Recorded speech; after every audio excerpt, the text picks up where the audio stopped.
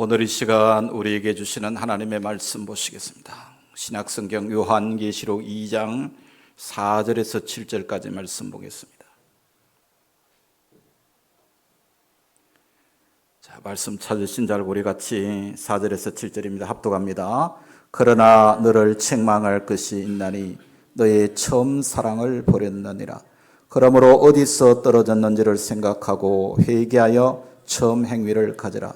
만일 그리하지 아니하고 회개하지 아니하면 내가 내게서 내 촛대를 그 자리에서 옮기리라.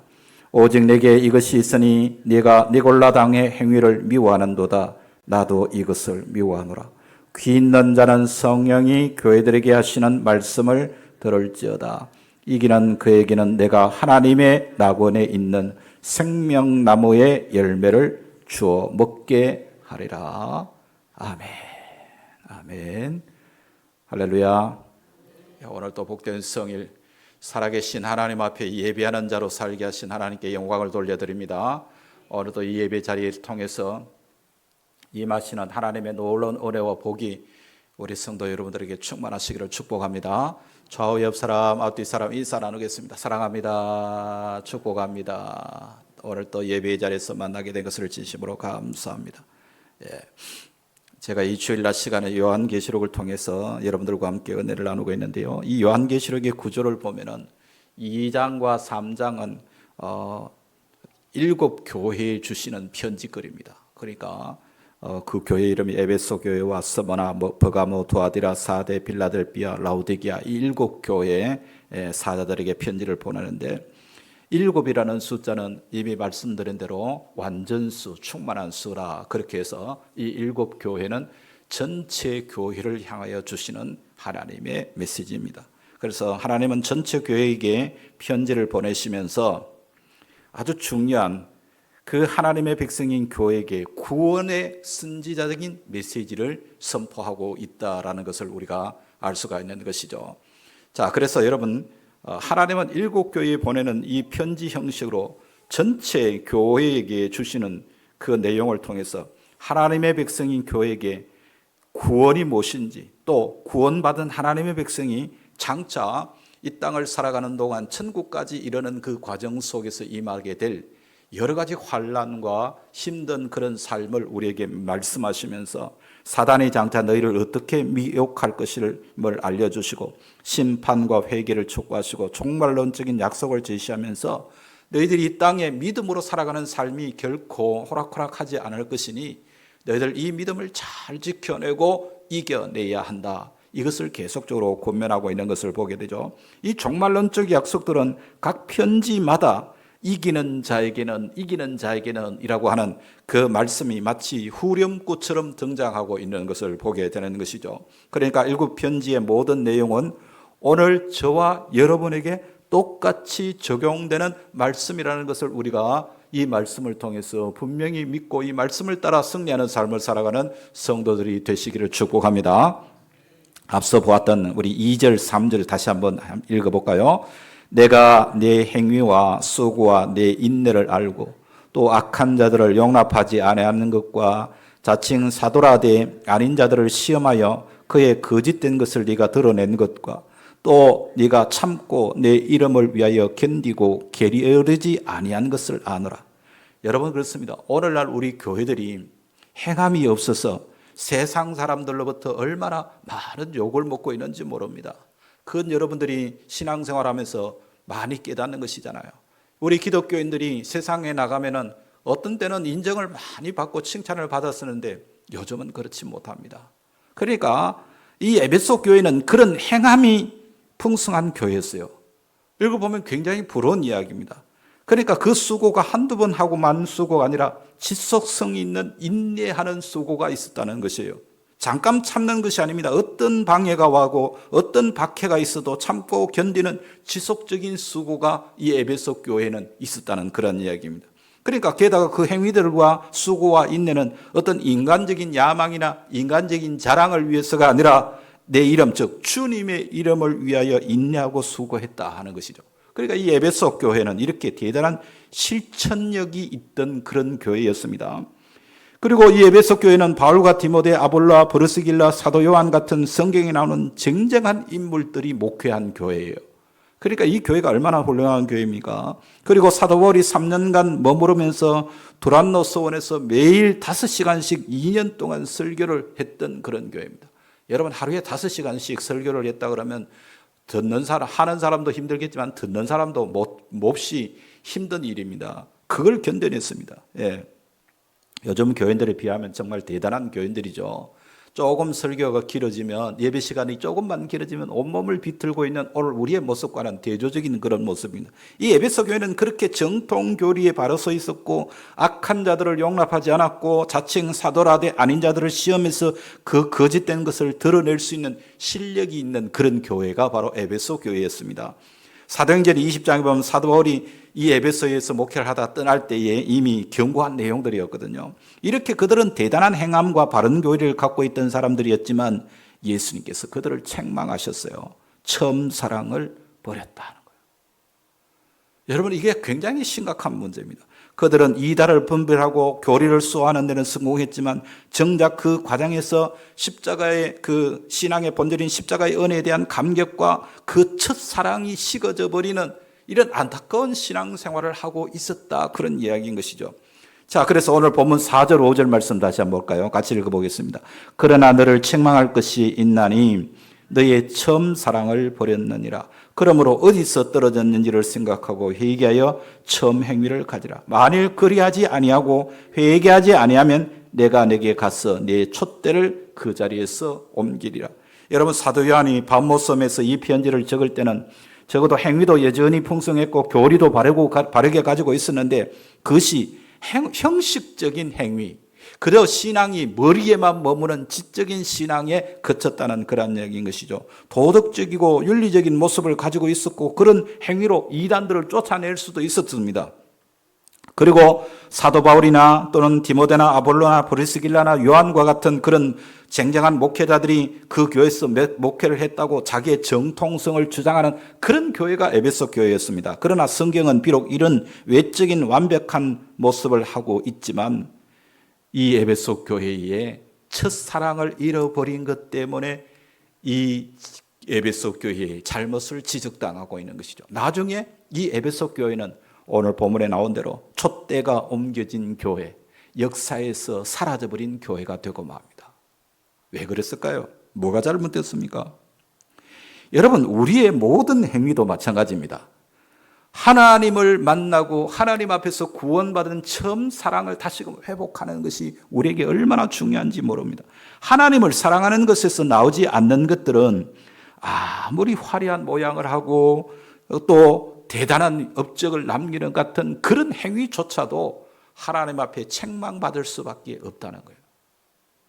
내가 예수 믿고 믿음으로 사는 그 삶 자체가 하나님께서 나를 그 아들 독생자를 십자가에 못 박아서 내주기까지 사랑하신 그 사랑이 우리에게 살아있지 않으면 우리의 행위들이 의미가 없다, 그런 이야기죠. 그래서 우리는 감사나 감격이 없이 하나님에 대해서 많은 지식을 습득할 수 있습니다. 교회를 수십 년 다니다 보면 그것이 우리의 삶에 몸에 배어가지고 그 습관적인 신앙생활이 될 수 있는 것이죠. 그러나 하나님을 사랑하는 데서 나오는 것은 우리에게 허락된 은혜가 내 속에 믿음으로 녹아져서 감사와 감격이 흘러넘치고 자연스럽게 나는 하나님 앞에 구원받은 하나님의 백성이요 하나님의 자녀라고 하는 이 확신 속에서 거룩한 열망으로 살아가려고 하는 삶의 모습이 우리에게 나와야 된다는 거예요. 오늘 우리의 신앙생활을 한번 잘 돌아보십시오. 과연 내가 하나님을 얼마나 사랑하고 있으며 내가 하나님께로부터 받은 그 은혜가 내 삶에 얼마나 지속되고 있는가를 우리가 생각해 보셔야 한다는 이야기죠. 자, 그렇다면 예수님이 말씀하신 처음 사랑이란 구체적으로 어떤 모습이냐? 그 해답을 누가복음 7장에 등장하는 한 여인의 모습을 보면서 우리가 알 수 있는데요. 여러분 글씨가 적어서 제가 읽어드리겠습니다. 누가복음 7장 37절 38절 그리고 44절 47절인데 제가 읽어드리겠습니다. 그 동네에 죄를 지은 한 여자가 있어 예수께서 바리새인의 집에 앉아 계심을 알고 향유 담은 옥합을 가지고 와서 예수의 뒤로 그 발 곁에 서서 울며 눈물로 그 발을 적시고 자기 머리털로 닦고 그 발에 입 맞추고 향유를 부으니 44절입니다. 그 여자를 돌아보시며 시몬에게 이르시되 이 여자를 보느냐? 내가 네 집에 들어올 때 너는 내게 발 씻는 물도 주지 아니하였으되 이 여자는 눈물로 내 발을 적시고 그 머리털로 닦았으며 너는 내게 입맞추지 아니하였으되 그는 내가 들어올 때로부터 내 발에 입맞추기를 그치지 아니하였으며 너는 내 머리에 감람유도 붓지 아니하였으되 그는 향유를 내 발에 부었느니라.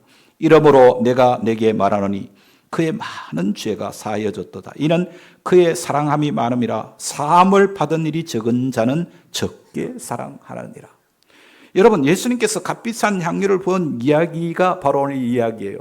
그런데 47절을 다시 보세요. 이러므로 내가 내게 말하노니 그의 많은 죄가 사하여졌도다. 이는 그의 사랑함이 많음이라. 사함을 받은 일이 적은 자는 적게 사랑하느니라. 여러분, 누가 진짜 사랑하는 사람입니까?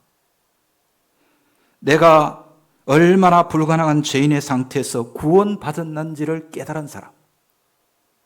나 같은 죄인이 하나님의 은혜가 아니면 도무지 구원받을 수 없는 존재였는데 내가 나와 같은 죄인이 하나님 앞에 하나님의 은혜로 구원받았다는 이 확신을 가지고 있는 자, 내가 이런 큰 용서를 받았구나라고 하는 것을 아는 사람이 그만큼 사랑할 수 있는 겁니다. 그런 사람을 우리는 뭐라고 이야기하느냐? 한번 따라 하겠습니다. 거듭난 자. 어떤 자? 거듭난 자예요. 예수 믿고 거듭나지 않으면 우리는 하나님 앞에서 어떤 행위로 우리는 하나님 앞에 인정받을 수가 없어요. 거듭나야 됩니다. 이 여인은 동네 사람들에게 버림받은 여인입니다. 왜? 창녀였어요. 그런데 이 여인은 예수님이 자기의 구원자라는 것을 알았습니다. 그녀는 자기의 전 재산이었을 값비싼 향유를 예수님의 발에 다 쏟아부었습니다. 그러고는 자랑했을까요? 동네 사람 여러분, 내가 예수님께 내가 제일 아끼는 나의 전 재산 향유를 부었습니다. 나 잘했지요? 그러면서 떠들고 다녔겠습니까? 정말 거듭난 사람은, 은혜가 뭔지 믿음이 뭔지 아는 사람들은 자기 공로를 절대 내세우지 않아요.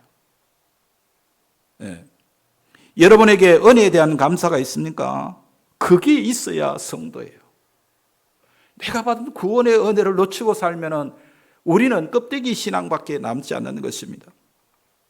옛날 우리 믿음의 선배들은요, 50리 100리 길을 걸어서 예배에 참석했습니다. 그래도 예배 시간 늦는 법이 없었어요.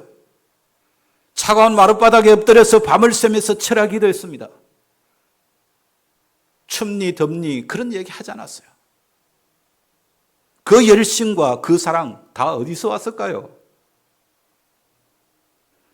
오늘날 우리는 감사가 사라지고 우리의 심령 속에 불평이 가득합니다. 은혜에서 떠나서 머리만 커져 있는 우리에게 예수님께서 처방전을 주시는 것이죠. 그래서 우리 지난주일날 봤던 대로 5절 말씀 다시 한번 보겠습니다. 시작. 그러므로 어디서 떨어졌는지를 생각하고 회개하여 처음 행위를 가지라. 만일 그리하지 아니하고 회개하지 않으면 내가 내게 가서 내 촛대를 그 자리에서 옮기리라. 얼마나 무서운 이야기입니까? 어디서 떨어졌는지를 생각하래요. 복음을 계속 공부하고 묵상하고 기억하라는 말입니다. 그래서 우리는 쉽게 교만하거나 안일해질 수 있습니다. 그래서 우리는 계속 기억하고 계속 기도하고 계속 말씀을 공부해야 되는 거예요. 우리의 이러한 감격이 식어버렸기 때문에 기도와 말씀의 자리로 나아가는 것이, 예배의 자리로 나오는 것이 무거운 짐처럼 느껴지는 거예요. 그게 과연 신앙이냐 이 말이에요.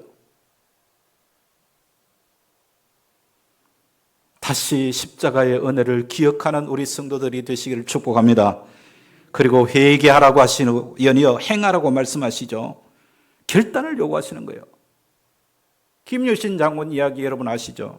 기생집 출입을 끊겠다고 결심한 후에 어느 날 술에 취했는데 말에 앉아서 잠이 들었습니다. 그런데 그 말이 늘 가던 그 기생집으로 이 김유신 장군을 인도를 했다더잖아요. 눈을 떠보니까 기생집에 와 있는 겁니다. 이 김유신이 칼을 빼들고 말을 그 자리에서 죽였다. 말에게 책임을 물은 것이 아니라 자신의 결연한 의지를 나타냈다 이 말이에요. 오늘 우리의 신앙생활에 이런 결연한 의지가 우리에게 있느냐 이 말입니다. 하나님의 백성들에게는 그러한 바른 선택에 대한 결한 의지가 동반되어야 되는 것입니다.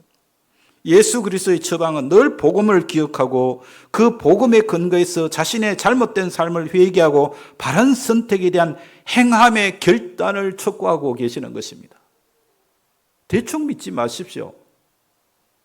쉽게 신앙생활 하려고 하지 마시라 이 말입니다. 말씀 듣고 그렇게 돌이켜 회개하고 행하는 자들을 성경에서는 알곡이라고 표현합니다. 예. 가짜들은요, 마음에 조금 찔리기는 하겠죠. 말씀을 들을 때 또 참회 기도할 때 찔리겠죠. 계속해서 그런데 찔리기는 하겠지만 죄 속에서 계속 허우적거리고 결단하지 않는 신앙. 예. 여러분은 어느 쪽입니까? 말씀을 듣고 돌이켜 회개하고 정말 하나님 앞에 결단하고 믿음으로 살겠다고 최선을 다하려고 하는 그런 삶의 신앙의 모습을 가지고 사는 분들입니까? 아니면은 찔릴 때는 찔리고 그러고는 맙니까? 다시 말씀드리지만요, 성공과 실패는 차후의 문제입니다. 성령이 하시는 일이 뭐라고 그랬습니까? 여러분 마음속에 거룩에 대한 소원과 행함을 주신다고 말씀하셨습니다. 요한계시록 17장 14절 같이 읽어봅니다. 그들이 어린 양과 더불어 싸우려니와 어린 양은 만주의 주시오 만왕의 왕이시므로 그들을 이기실 터이요 또 그와 함께 있는 자들 곧 부르심을 받고 택하심을 받은 신실한 자들도 이기리로다. 여러분, 거듭난 자들은 반드시 이기는 줄로 믿습니다. 하나님께서 반드시 이기게 하시고 이기는 쪽으로 끌고 가십니다. 노력하다가 실패하는 것은 당연한 결과로 우리에게 옵니다. 그러나 성도는 거듭 실패하는 자기 모습을 보면서 어떻게 해요? 고통스러워하고 번뇌하고 좌절하다가 거기에서 하나님의 은혜가 없으면 나는 한순간도 존재할 수 없는 자라는 은혜의 필연성을 깨닫게 되는 것입니다. 왜 하나님께서 우리 믿음의 백성들에게 고난을 주시느냐 하면요, 고난을 통해서 하나님 앞에 무릎 꿇으라는 거예요. 왜 힘들게 하시느냐 하면요, 그 힘듦을 통해서 주님 앞에 그 짐을 내려놓으라는 거예요. 그런데 우리는 여전히 힘들고 어려워도 그걸 내가 붙들고 주님 앞에 내려놓지를 못하는 거예요. 그러니까 예수 믿으면서도 힘들고 고통스럽고 예배 나오는 것이 짐이고 부담이 되는 거예요. 그 신앙생활을 언제까지 그렇게 계속하시겠어요? 예. 여러분, 어느 순간 하나님의 앞에 내가 결단하고 믿음으로 살려고 발버둥 치다가 보면 어느 순간 내 믿음이 숙성장해 있는 것을 발견하게 될 줄로 믿습니다. 그 은혜가 여러분에게 있어야 되는 것이죠. 그게 신앙생활입니다. 우리들을 이루어내라는 게 아닙니다. 우리가 이뤄낼 수 있었다면 예수님께서 이 땅에 오셔서 죽으실 일도 없었겠죠. 열심히 교육하고 훈련해서 가능한 일이라면 예수님께서 굳이 죽으실 이유가 없지 않습니까? 하나님께서 오늘 또 우리를 만들어 가시는 줄로 믿습니다. 거기에 우리의 열심을 동원시키는 거예요. 내가 다 이룬다. 그러나 너희들은 열심만 내라는 거예요. 자, 요한일서 5장 말씀 한번 볼까요? 5장 4절 5절 말씀인데 같이 읽어봅니다. 무릇 하나님께로부터 난 자마다 세상을 이기느니라. 세상을 이기는 승리는 이것이니 우리의 믿음이니라. 예수께서 하나님의 아들이심을 믿는 자가 아니면 세상을 이기는 자가 누구냐.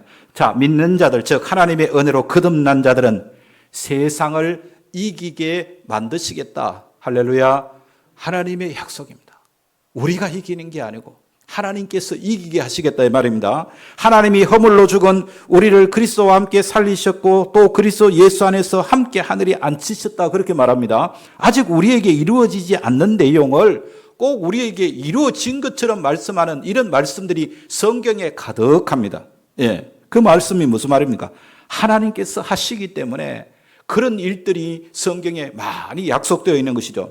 여러분, 사람이 세운 계획은 다 이루어진다고 장담할 수가 없습니다. 애초부터 잘못된 계획일 수도 있고 예상하지 못한 그런 장애물을 만나는 경우도 있을 수 있죠.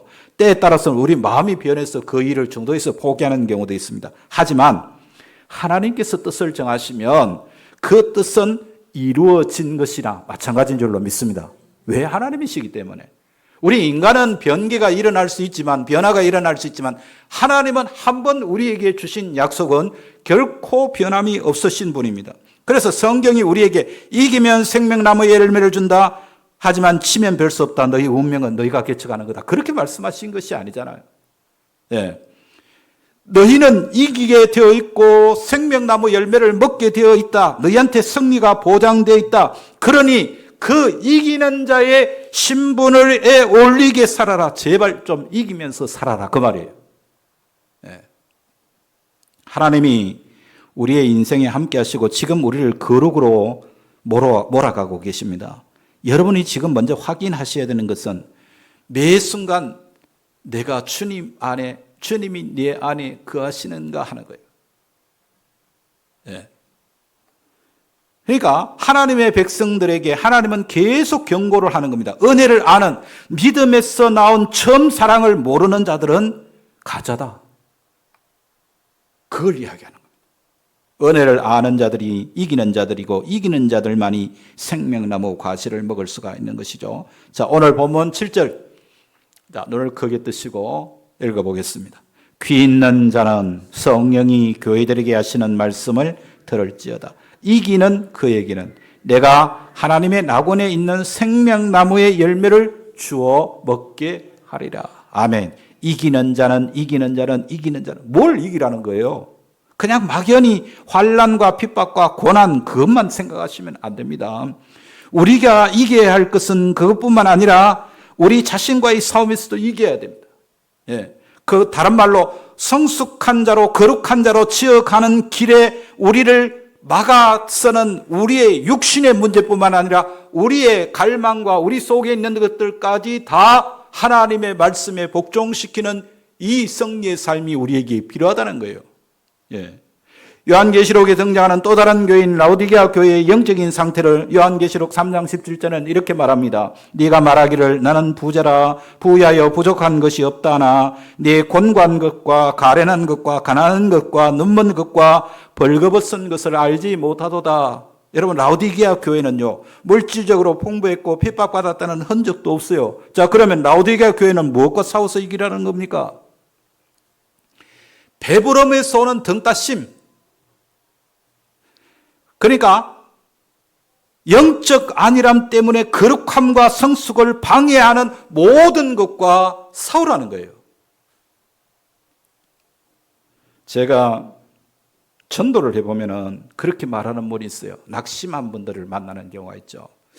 왜 낙심하고 계세요? 예수 믿고 믿음으로 살아야죠. 천국을 소망하며 살아야죠. 이렇게 전도를 하면 하는 얘기가 목사님 제가 요즘 삶이 너무 힘들어서 곤고해서 조금 형편이 좋아지면 그때 예수 믿겠습니다.